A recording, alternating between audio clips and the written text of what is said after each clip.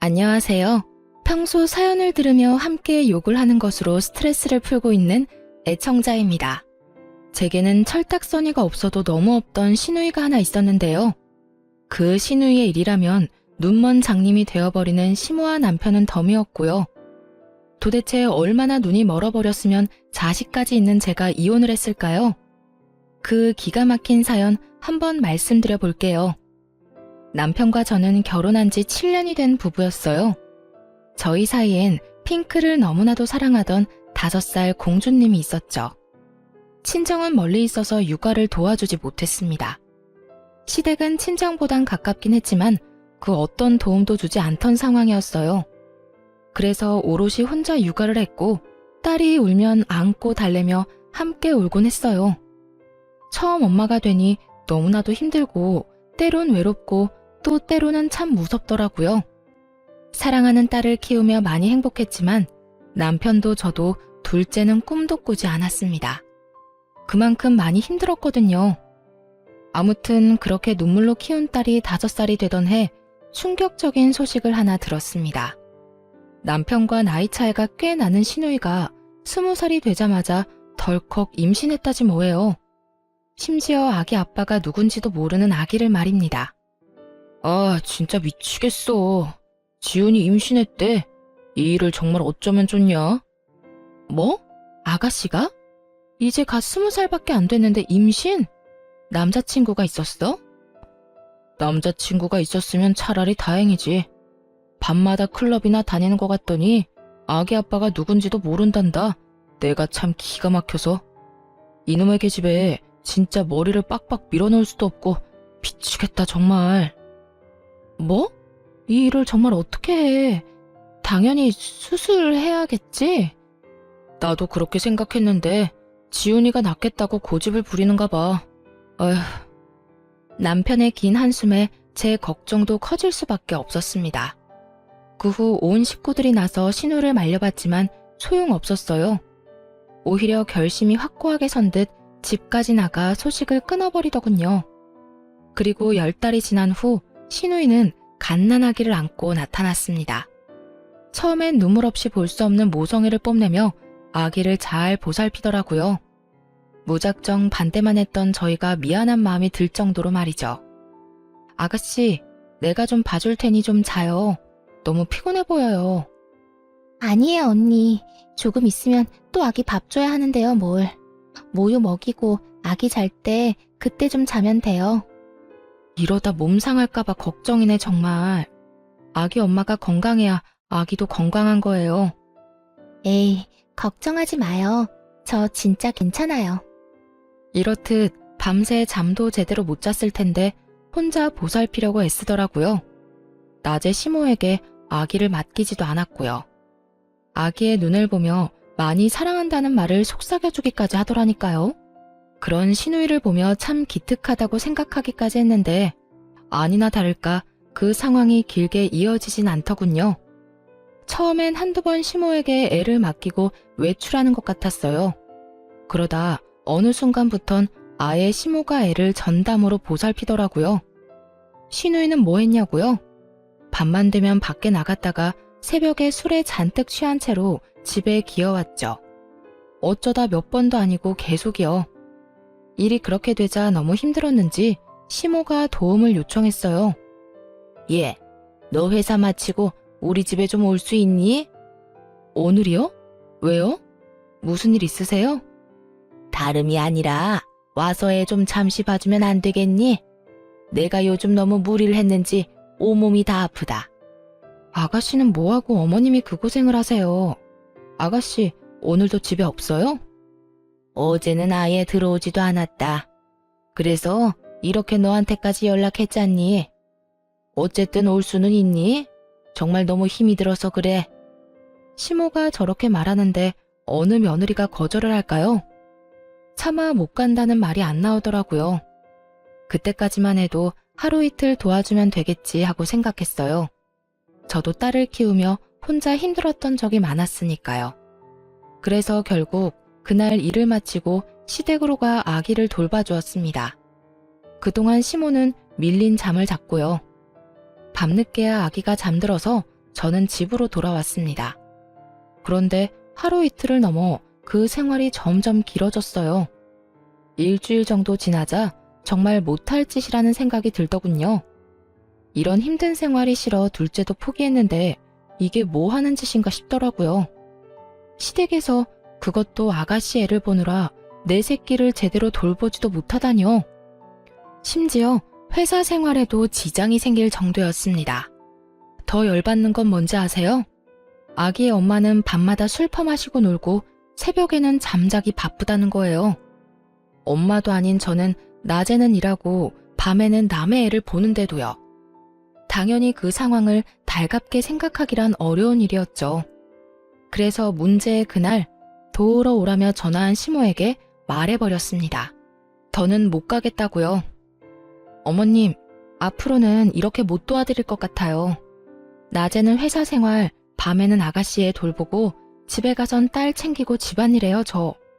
몸이 10개라도 모자랄 만큼 힘들어요. 또 제가 노는 사람도 아니고요. 뭐? 네가 안 오면 나는 어떻게 하니? 너는 젊기라도 하지. 난 이제 다 늙었어. 애 보느라고 안 아픈 곳이 없다고 하지 않았니? 그런데 네가 앞으로 안 오면 나랑 이 갓난쟁이는 어떻게 해? 왜 저한테 그러세요? 제가 애 엄마도 아니고 애 엄마가 있잖아요. 어머님도 이 고생하지 마시고 아가씨를 못 나가게 하세요. 머리를 밀든 다리를 분지르든 어떻게 해서든지요. 이게 뭐예요? 그렇게 가족들이 말릴 때는 애 낳아 들어오더니 지금은요. 아가씨 본인이 잘 키울 수 있다고 집까지 나갔던 건 잊었다 쳐도요. 나 몰라라 술만 퍼마시고 다니는 상황이 말이 된다고 생각하세요? 둑이 터지듯 그간 쌓였던 말을 시모에게 다 해주었습니다. 그러나 시모는 전혀 동의하지 않는다는 듯 시누이 편을 들기 시작하더군요. 저를 매몰찬 사람으로 몰기까지 하면서요. 무슨 말을 그렇게 하니? 너 정말 인정이라고 눈꼽만큼도 없는 애로구나. 우리 막내가 애는 낳았어도 이제 21살이다. 너도 그런 시절이 있었으니 잘 알 거 아니야. 그 어린 나이에 얼마나 나가서 놀고 싶겠어.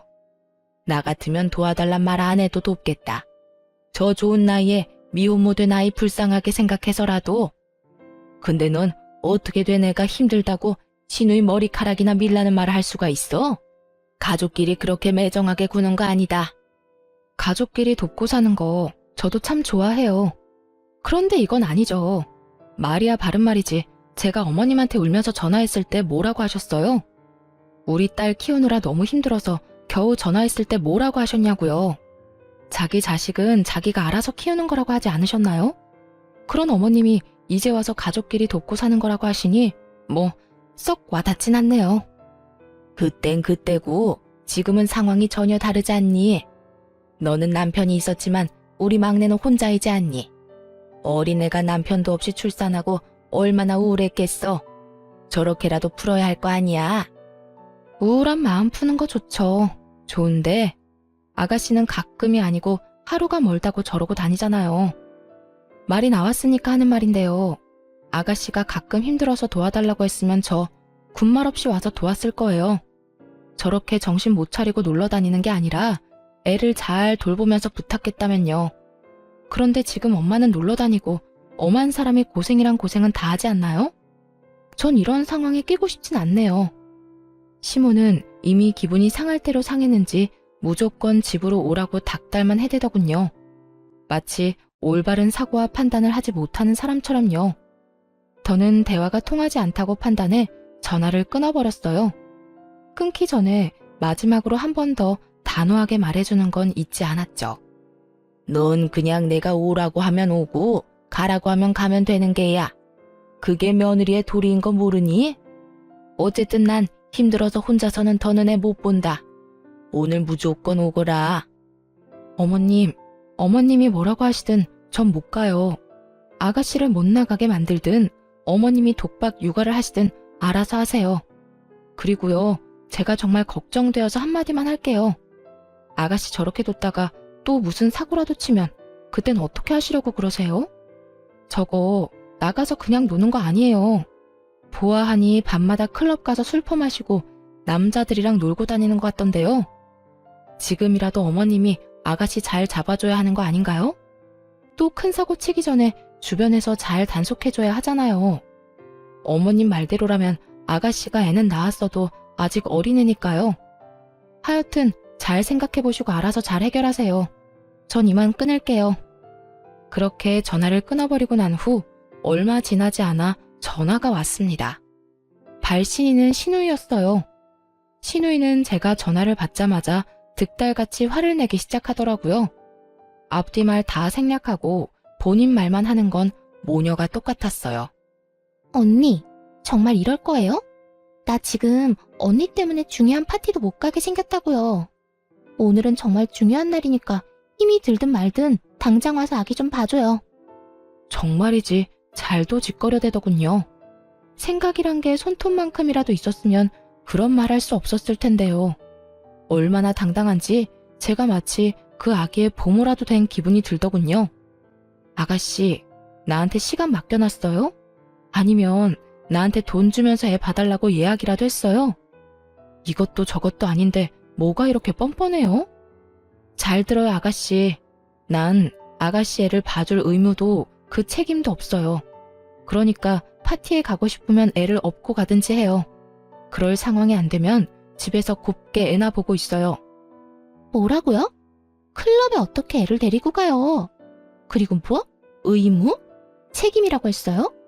가족끼리 서로 돕고 살아야 하는 건 의무이고 책임 아닌가요? 오빠하고 결혼했으니 언니는 이제 우리 가족이잖아요. 그러니까 당연히 날 도와야죠. 난 분명히 말했어요.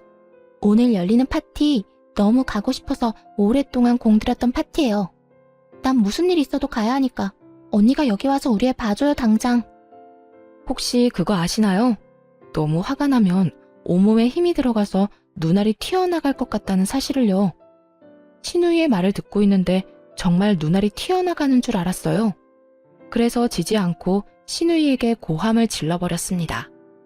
제발 정신 좀 차리세요. 내 애도 아니고 아가씨 애라고요.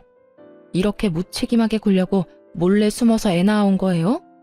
클럽이나 다니고 남자랑 어울려 놀면서 애 방치하려고요? 그러려고 몰래 숨어서 낳아온 건 아닐 거 아니에요. 그 파티가 그렇게 중요하면 아가씨 엄마한테나 애 맡기고 나가세요. 나한테 이러지 말고. 제발 정신 좀 차려요. 엄마는 힘들어서 못 봐준다고 누워버렸는데 어떻게 애를 맡겨요?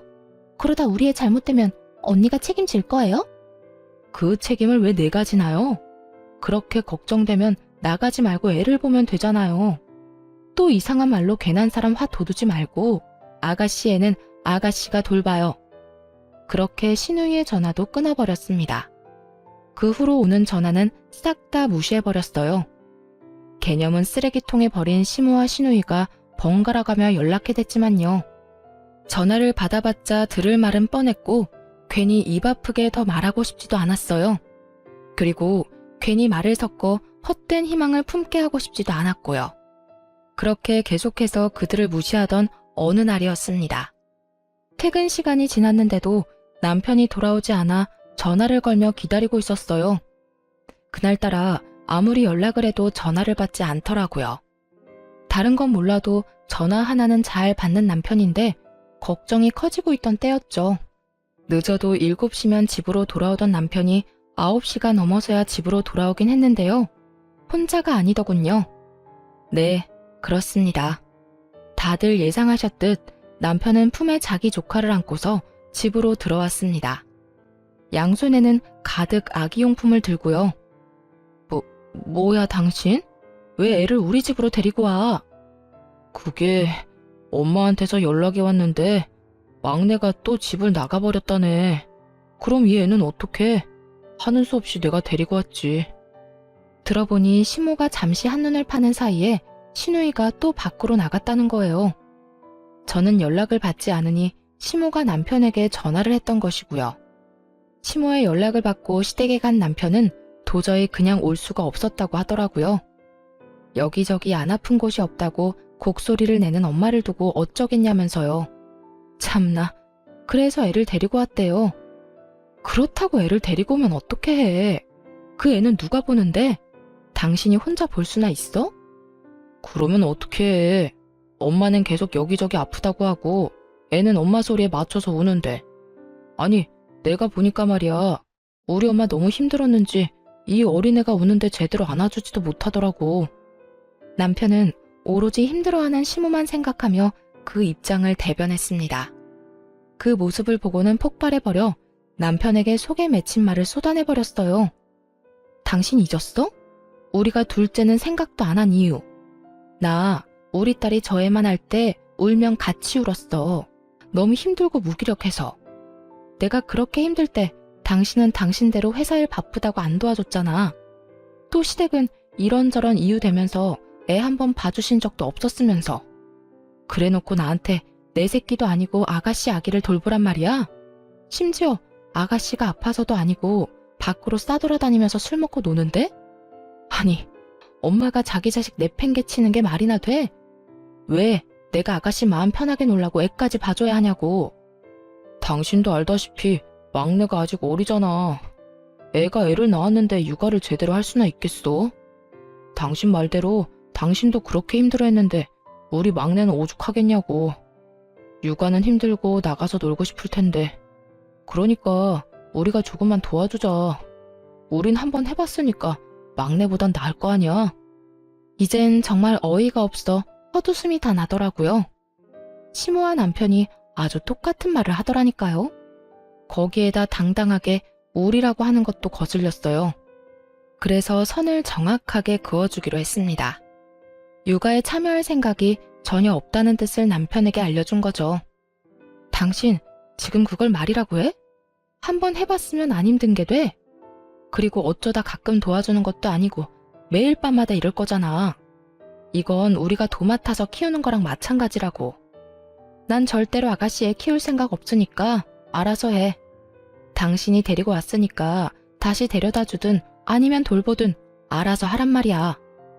저는 이게 절대 잠깐이 아닐 것이라고 확신했습니다. 남편은 그저 잠깐 도와주는 것뿐이라고 했지만요. 그래서 더욱 단호하게 봐줄 수 없다고 못 박을 수밖에 없는 상황이었어요. 생각보다 더 단호하게 안 된다고 하자 남편도 기분이 상했나 보더라고요. 잠깐 바닥에 내려놓았던 아기용품을 다시 들며 이렇게 말했으니까요. 아, 됐어. 당신이 못하면 내가 하면 되지. 내가 알아서 다 할 테니까 당신은 신경도 쓰지 마. 그러면 당신이 이렇게 화낼 일도 없는 거 맞지? 절대 도와달란 말 안 할 테니까 당신은 당신 딸이랑 잘 먹고 잘 살아. 무슨 여자가 저렇게 정이 없어? 양심은 시댁에 두고 왔는지 남편은 오히려 화를 내며 안방으로 들어가 버렸습니다. 그러면 누가 후회할까 봐요? 전 남편의 말대로 했습니다. 정말 남편과 아기에게는 일절 신경 쓰지 않고 딸의 방에서 생활하기 시작했어요. 그날부터 남편은 아기와 함께 출퇴근을 했습니다. 출근을 하며 아기를 시댁에 데려다주고 퇴근을 하며 아기를 다시 데리고 오는 거죠.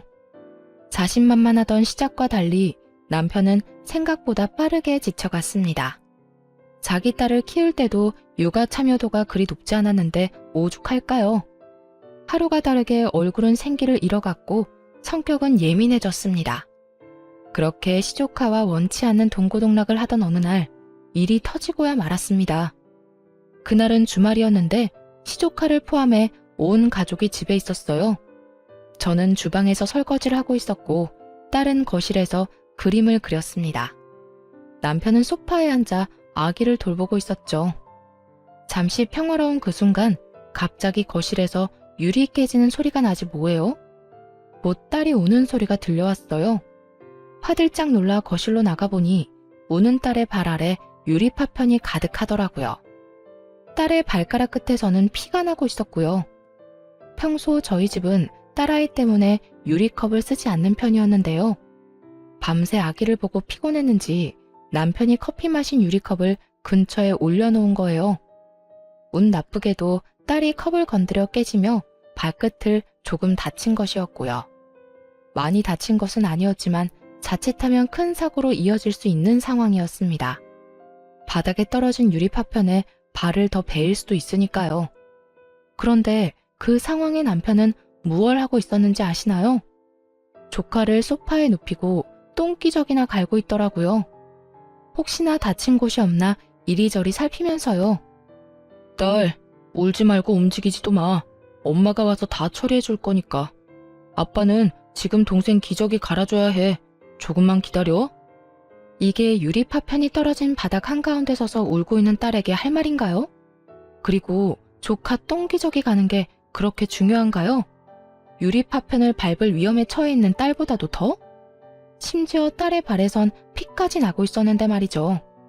그 광경을 보는데 정말 당장이라도 손을 날려버리고 싶더라고요. 일단 얼른 딸을 안전한 곳으로 데리고 와 치료를 해주었어요. 그 다음엔 더 다친 곳이 없는지 살핀 후 많이 놀란 딸을 진정시켜 재워주었죠.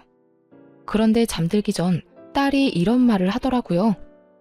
엄마, 나 아빠 싫어. 아빠는 나 피나는데 기다리라고만 했어. 우리 딸 속상했어? 많이 아팠어? 응, 속상하고 아팠어. 나 아빠 싫어. 아빠는 아기만 좋아해. 그런 말을 하고 잠든 딸을 보는데 이건 아니라는 생각이 강하게 들었어요. 단지 이 일 때문만은 아니었어요. 밤새 우는 아기 때문에 딸 역시 잠을 자지 못해 예민해졌고요. 또 남편이 조카를 보느라 딸의 어린이집 행사에 참여를 못한 적도 있었거든요. 결국 화가 극에 달해 결단을 내렸고 안방으로 가 결정을 내리라고 했습니다. 직접 남편의 짐을 싸 건네주면서요. 자, 당신이 결정해. 더는 이렇게는 못 살겠으니까 이 짐을 가지고 시댁에 가서 조카를 돌보든지 아니면 계속 우리랑 살든지. 물론 우리랑 살면 조카는 시댁에 데려다 주는 거고. 자, 당신이 결정하라고. 갑자기 왜 이래? 내가 아기 다 돌보면 아무 상관하지 않겠다고 했잖아. 나보고 알아서 하라면서. 당신 말대로 나 혼자 돌보고 당신은 신경도 안 쓰게 했는데 왜 이 난리야? 왜 이 난리? 당신 진짜 제정신 아니구나. 당신 딸은 지금 품에 안긴 그 아기가 아니라 방에서 울다 지쳐 잠든 애야. 당신 자식이 유리 파편 한가운데 서서 울고 있을 때 뭐 했니? 조카 똥기저귀 가는 게 당신 딸 위험한 거보다 중요해? 그거야. 똥기저귀 빨리 안 갈아주면 피부에 좋지 않으니까 그랬지. 그리고 우리 딸이야. 당신이 어련히 잘 챙기니까. 순간 정말 남편이 미쳐버렸나 하는 생각이 들더라고요. 어떻게 애아빠라는 사람이 저걸 말이라고 할 수가 있는지 도무지 이해가 되지 않았습니다. 어련히 잘 챙겨? 너 지금 그걸 말이라고 해? 어떻게 발에서 피나는 딸보다 조카 엉덩이가 더 중요하다고 할 수가 있어? 당신 지금 제정신 아니야. 그리고 그것뿐인 줄 알아? 당신 우리 딸 어린이집 행사에 전혀 참여 안 해. 또 우리 딸이 뭐라고 말을 걸어도 제대로 눈도 안 맞춰주잖아. 우리 애가 얼마나 상처받고 있는지 당신은 모르지? 왜 우리 딸이 당신 조카 때문에 이런 상처를 받아야 해? 당신 동생 마음껏 술 마시러 다니라고 왜 내 딸이 다쳐야 하냔 말이야. 상처는 무슨, 당신 너무 오버하는 거 아니야? 우리 딸 이제 겨우 5살이야. 5살밖에 안 된 어린애가 뭘 안다고 상처를 받아? 조카에 대해선 하나부터 10까지 다 꿰고 있으면서 남편은 정작 자기 딸이 상처받을 수 있는 나이라는 건 전혀 모르더라고요. 저에게 무관심한 건 그렇다 쳐요. 이제는 하다하다 딸에게까지 냉담한 남편을 보는데 도저히 참을 수가 없었습니다. 5살이나 됐으니까 상처를 받지. 5살이니까 이 상황이 더욱 이해가 안 되는 거라고. 아, 됐고 당신이 결정해. 어떻게 할 거야? 난 더는 이렇게 못 산다고 분명히 말했어. 결국 고함을 질러버렸습니다. 남편은 더는 듣고 싶지도 않다는 듯 귀를 틀어막으며 이렇게 말하더라고요. 아, 그래, 알겠어. 내가 그냥 짐 싸들고 나가면 될 거 아니야? 그러니까 당신은 나랑 우리 딸보다 그 애가 더 중요하다 이 말이네? 중요한 게 아니라 애가 불쌍하잖아. 그리고 애만 덜렁 보내면 우리 막내랑 엄마는 또 어떻게 하라고? 애 엄마가 있는데 왜 삼촌이 나서서 이 난리야. 아, 됐어. 나도 당신 필요 없으니까 가려거든 당장 나가. 더는 꼴도 보기 싫으니까 나가라고. 남편은 더 말할 것도 없다는 듯 짐을 챙겨 그대로 나가버렸습니다. 그 순간까지도 딸은 괜찮냐고 걱정도 한마디 안 했어요. 그런 남편의 모습에 오만 정이 떨어지더라고요. 그때 우리 가정에 어떤 미래가 있나 진지하게 생각해봤던 것 같아요. 그려지는 미래에는 안타깝게도 절망뿐이더라고요. 딸의 미래를 생각하면 남편을 잘 구슬려서 살아야 한다 싶다가도 남편을 보면 가정엔 관심도 없는 아빠가 있어봤자 뭐 하나 싶었습니다. 지금도 저딴 식으로 구는데 조카가 커지면 또 어떻겠어요? 더 큰 도움이 필요할 때마다 남편이 어떻게 행동할지는 불보듯 뻔한 일이었죠.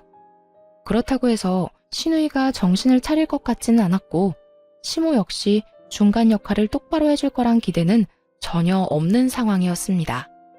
그렇게 남편과의 이혼을 진지하게 고민하고 있던 때였어요. 시모가 전화를 하더라고요. 너 집안의 가장을 그런 식으로 내쫓는 거 아니다. 들어보니 네 딸이 그렇게 크게 다친 것도 아니던데. 고작 그런 걸 가지고 이렇게 남편을 쫓아낸다는 게 말이나 되니? 말은 바로 하세요. 제가 쫓아낸 게 아니라 남편 스스로 나간 거고요. 그리고 오늘 일어난 일 하나 가지고 이혼하자고 한 줄 아세요? 남편이 자기 조카만 돌본다고 자식이랑 마누라는 나 몰라라 하면서 살았다고요. 어머님 말대로 한 집안의 가장이라는 사람이요. 가족끼리 돕고 살다 보면 그럴 수도 있는 거지. 넌 하여튼 애 엄마가 어떻게 그렇게까지 매정할 수가 있니? 매정? 지금 매정이라고 했어요? 제가 매정한 거면 이 아가씨는 인간도 아니겠네요. 뭐야? 너 지금 내 딸한테 인간도 아니라고 했니? 그렇잖아요. 이까진 일로 매정하다는 말을 듣는 거면요. 자기 배 아파서 낳은 자식 나 몰라라 하고 밖으로 놔두는 아가씨는요. 그럼 인간도 아닌 거 아닌가요? 아니, 짐승만도 못한 거네요. 짐승들도요. 자기가 낳은 새끼는 지극정성으로 돌봐준다고요. 시모는 할 말이 없었는지 기가 막힌다는 듯 혀를 찼습니다. 그리고 으름장을 놓기 시작하더군요. 말하는 거 하고는 하여튼 남편 필요 없다고 쫓아낸 사람은 너니까 나중에 후회 말아라. 또 아쉽다고 내 아들 찾지나 말고 우린 우리끼리 잘 살 테니 넌 너대로 네 딸이랑 잘 살라는 말이야. 시모의 말을 듣고 있는데 비로소 결심이 서더라고요. 이 정신 나간 집안이랑 연을 끊어야 한다. 그래야 나와 내 딸이 제대로 살 수 있다. 제가 원하는 바네요. 사리 분별 못하고 오로지 엄마랑 동생만 챙기는 남편, 저도 필요 없어요. 아들이나 잘 데리고 사세요. 누군 그딴 남편 필요해서 같이 산 줄 아세요?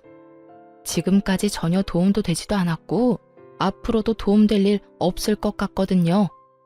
나중에 아들 좀 데리고 가란 전화나 하지 마세요. 그대로 전화를 끊어버리고 하나둘씩 이혼 준비를 하기 시작했습니다. 그런데 딸과 행복하게 지내는 와중 시누이에게 전화가 왔습니다. 당장 병원으로 오라고요. 새벽녘에 갑자기 전후 사정 설명도 없었습니다. 그저 다급한 목소리로 병원으로 오라고 하곤 끊겨버린 전화에 많이 놀랐죠. 결국 가까이 살던 친한 언니에게 딸을 맡기고 병원으로 갔어요. 그리고 도착해서야 시조카가 열이 심하게 나 병원에 왔다는 걸 알게 되었어요. 병원으로 오는 내내 최악의 상황도 상상했던 터라 놀란 가슴을 진정시켰죠. 그런데 시누이가 다가오더니 다짜고짜 손을 올리는 것이 아니겠어요?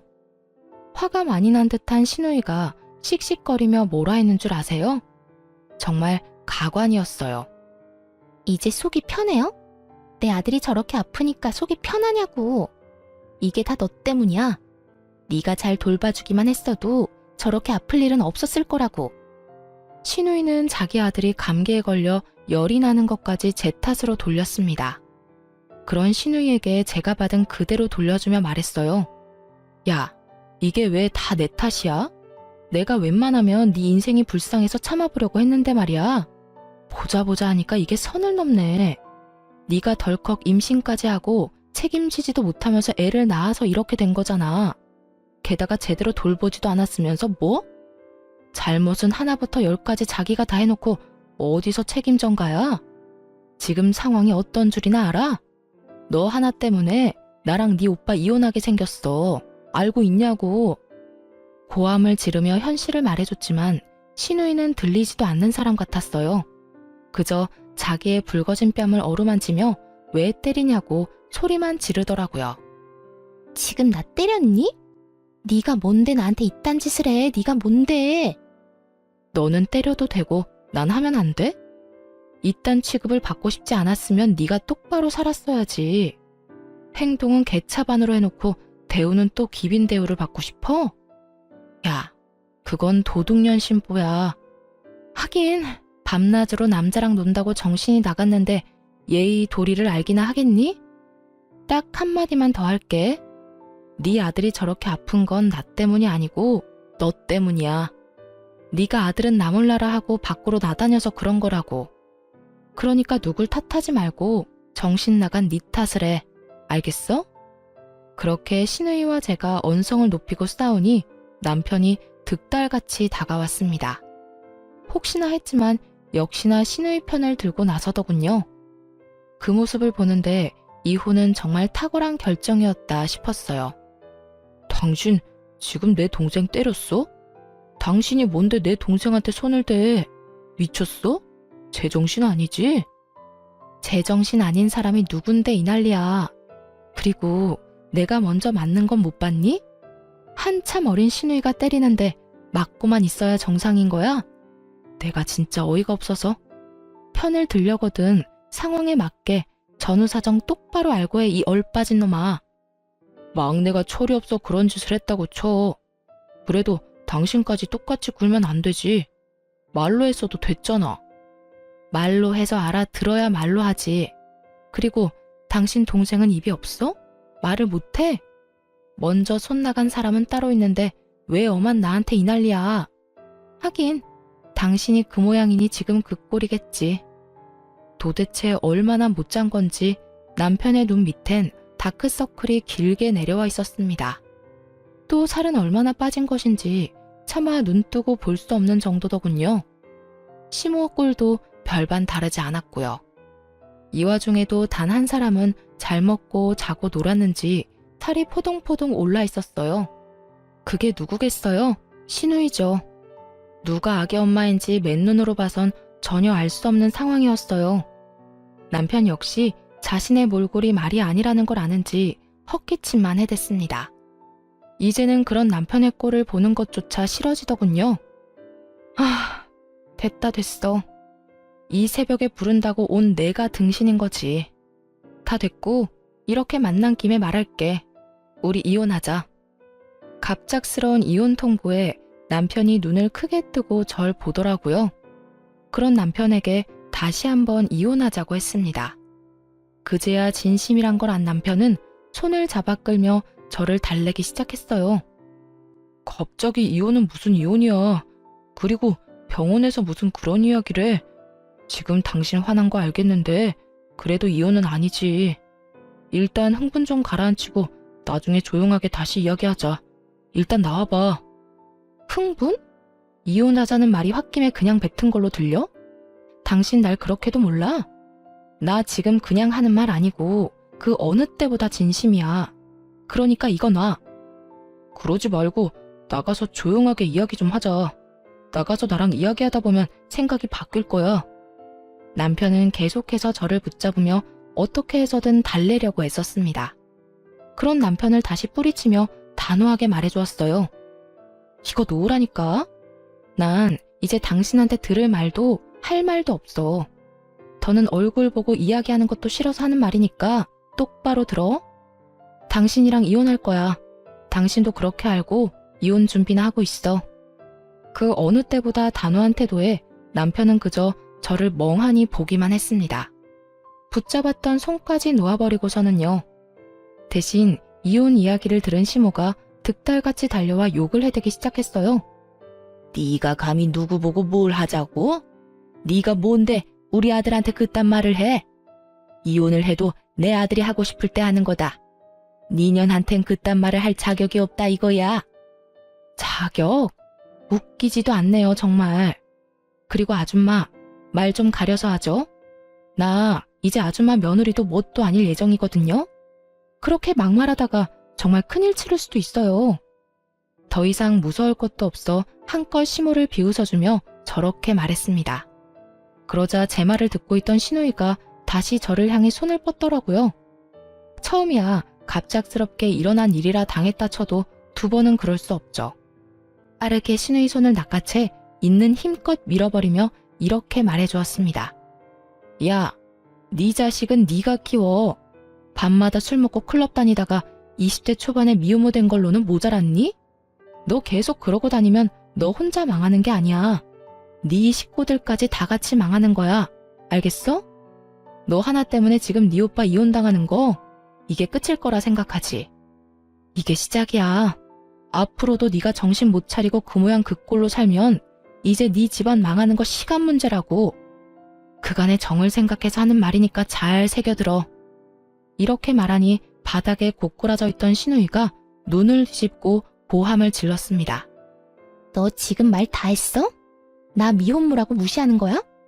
내가 사는 꼴이 뭐가 어떻다고 네가 감히 나한테 그딴 말을 해. 내가 뭐 얼마나 잘못했다고. 애 있는 엄만 놀지도 못해? 애 있는 엄마도 사람이야.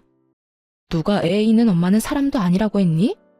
애 있는 엄마가 노는 게 문제는 아니지. 근데 너처럼 애를 다른 사람 손에 맡기고 술 퍼마시고 다니는 건 문제지. 몇 번을 말했는데 아직도 그걸 모르면 어쩌자는 거야? 난 분명 말했어. 지금이라도 정신 차리고 똑바로 살아. 네 인생뿐만 아니라 네 가족들 인생까지 망치기 싫으면. 결국 신우이는 대성통곡을 하기 시작했습니다. 그러자 남편과 시모가 나서서 저에게 따지더군요. 당신은 무슨 말을 그렇게 해? 우리 막내 인생이 망가지기라도 했으면 좋겠어? 그러게 말이다. 너 아주 내 딸 인생 망치라고 고사라도 지내겠구나. 이혼을 하려거든 곱게 해. 괜한 악담이나 퍼붓지 말고. 내 말이 그저 악담이라고 생각하는 거야? 진짜 아니라다. 다시 한번 말하는데 동생 관리, 딸 관리나 똑바로 하세요. 다들 그때 가서 후회하지 말고 제발. 이렇게 말하고 남편과 시모가 뭐라고 하든 말든 뒤돌아 집으로 왔습니다. 그 후 이혼은 착착 진행되었어요. 남편, 시모, 시누이 세 사람 모두에게 위자료를 청구했어요. 다행히 재산 분할까지 유리하게 받고 이혼할 수 있었습니다.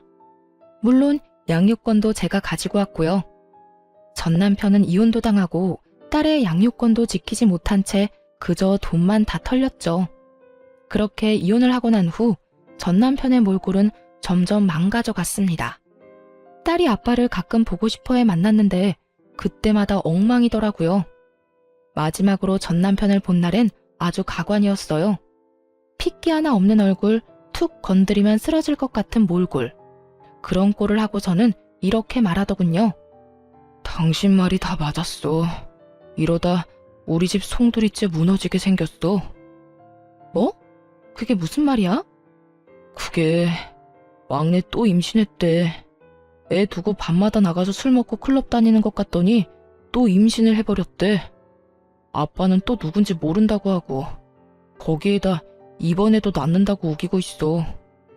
들어보니 그 정신 나간 전 시누이가 또 임신을 했다는 거예요.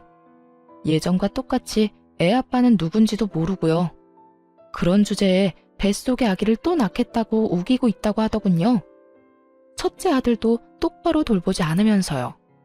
그 말을 듣는데 놀랍지도 않더라고요. 밤마다 나가서 노는 시누이를 말리지도 않고 온 식구가 도와주잖아요. 당연히 그런 일이 또 일어나고도 남을 상황 아니었나요? 그러게 내가 진작 당신 동생 단속 똑바로 하라고 했지? 그때 당신이 나한테 뭐라고 했어? 악담하지 말라고? 지금 이런데도 그저 악담이었다고 생각해? 당신 말이 다 맞았어. 당장 첫째도 제대로 안 보는 애가 둘째를 낳겠다고 우겨대는데 나 내 동생이지만 이제는 무섭기까지 해. 아, 진짜 어떻게 해야 할지 모르겠어. 그때 당신 말을 들었으면 이렇게까지 되지 않았을 텐데. 하소연하며 우는 남편을 보는데 안타깝기는커녕 한심하기 그지없더라고요. 그렇게 싸고 돌 때는 언제고 이제 와서 저렇게 울고불고 후회하다니요. 소 잃고 외양간 고친다고 한들 달라질 건 하나 없으니까요. 그렇게 한참 눈물을 짜내던 남편이 급하게 제 눈치를 살폈습니다. 뭔가 수상하다 싶었는데 이상한 헛소리를 짓거리기 시작하더군요. 당신 말대로 나 이제 그냥 내 인생만 생각하면서 살려고. 막내 일에는 상관도 안 할 거야. 그래서 하는 말인데 우리 다시 재결합하면 안 될까? 우리 딸 언제까지 아빠 없이 지내게 할 수는 없잖아. 뭐? 너 지금 재결합이라고 했니? 너 힘들어지니까 재결합을 하자고? 미쳤어? 아니, 나 힘든 건 둘째치고 우리 딸 생각해서 하는 말이지. 당신은 우리 딸 불쌍하지도 않아? 전 남편은 딸을 핑계로 내세우며 재결합을 요구했습니다. 정말 웃음만 나오더라고요. 이전의 일은 기억도 못하는 듯 했죠. 그렇게 딸을 생각하는 사람이 여동생의 자식을 키우느라 이혼당했다는 거요. 그렇게 딸 걱정한다는 사람이 뒤도 돌아보지 않고 이혼했니? 사는 게 지옥 같으니까 이제 와서 우리가 아쉬워? 혹시 해서 하는 말인데 우리한테 도망쳐올 생각은 하지도 마. 알겠어? 무슨 말을 그렇게 하냐? 난 진짜 당신이랑 우리 딸 걱정되어서 하는 말이라고. 내 진심을 그런 식으로 왜곡하면 내가 섭섭하지. 뻔뻔함이 정말 하늘을 찌르겠더라고요. 더는 이런 인간과 대화를 나눌 필요가 없다는 생각이 들었어요. 그래서 딸을 챙기고 일어나며 전 남편에게 말했습니다. 섭섭하든가 말든가 그건 당신 사정이고 헛소리할 시간에 양육비나 제대로 보내. 요즘 계속 지급이 늦어지던데 계속 이러면 네 딸 얼굴도 못 볼 줄 알아. 그까짓 양육비 잘 보내면 될 거 아니야. 얼마 되지도 않는 돈 가지고 독촉하기는. 나라고 당신이 좋아서 재결합하자고 한 줄 알아? 다 내 딸을 위해서 그런 거지. 아, 그거 참 다행이네. 당신 말대로 딸을 위하는 거면 양육비나 제대로 보내. 재결합 같은 헛소리 하지 말고. 그래도 딸이 걱정되면 양육비를 더 줘도 좋고. 그 말을 끝으로 딸을 데리고 집으로 돌아왔습니다. 그 뒤론 전 남편에게서 온 연락은 없었습니다. 양육비도 들어오지 않아 문제이기는 했지만요. 들리는 소문에 의하면 남편은 연락처를 바꾸고 지방으로 갔다고 하더라고요. 전 시모 소식도 함께 들려왔어요.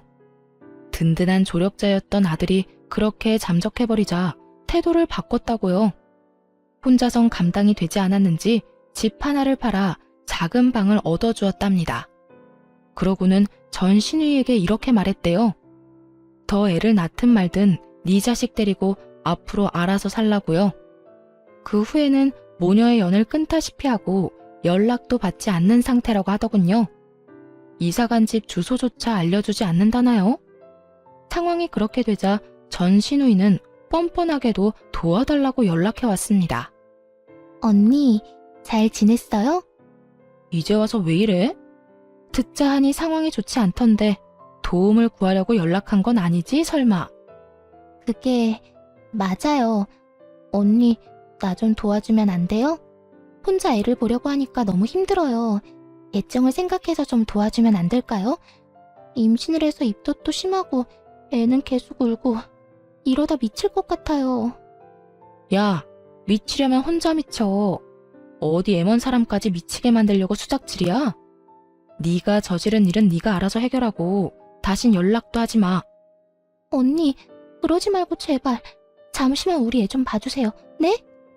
너 같으면 네 애를 봐주고 싶겠어? 너 때문에 내 가정이 이렇게 망가졌는데 헛소리 하지 말고 다신 연락도 하지 마. 전화를 끊기 전 입에 담기 힘든 험한 말을 한 바가지 해줬어요. 차마 사연엔 다 쓰지 못했지만요. 그 뒤론 연락도 하지 못하게 차단을 해버렸고요. 그런데 정말 웃기지 않나요? 제 조언은 콧방귀를 끼고 싸고 돌며 막말로 몰아가더니 결국 이게 뭐예요? 실제로 제 말대로 되니 나 몰라라 하고 다 도망갔잖아요. 아무튼 저는 모든 인연을 정리하고 딸과 함께 행복하게 잘 지내는 중입니다. 5살이던 딸은 이제 초등학생이 되었어요. 전 딸의 학교 근처에 작은 카페를 차려 딸 뒷바라지와 일 둘 다 잘하고 있고요. 대박이 난 카페는 아니지만 자리가 좋아 꾸준히 손님이 있는 편이에요. 그 덕에 생활하는 데는 큰 어려움이 없습니다.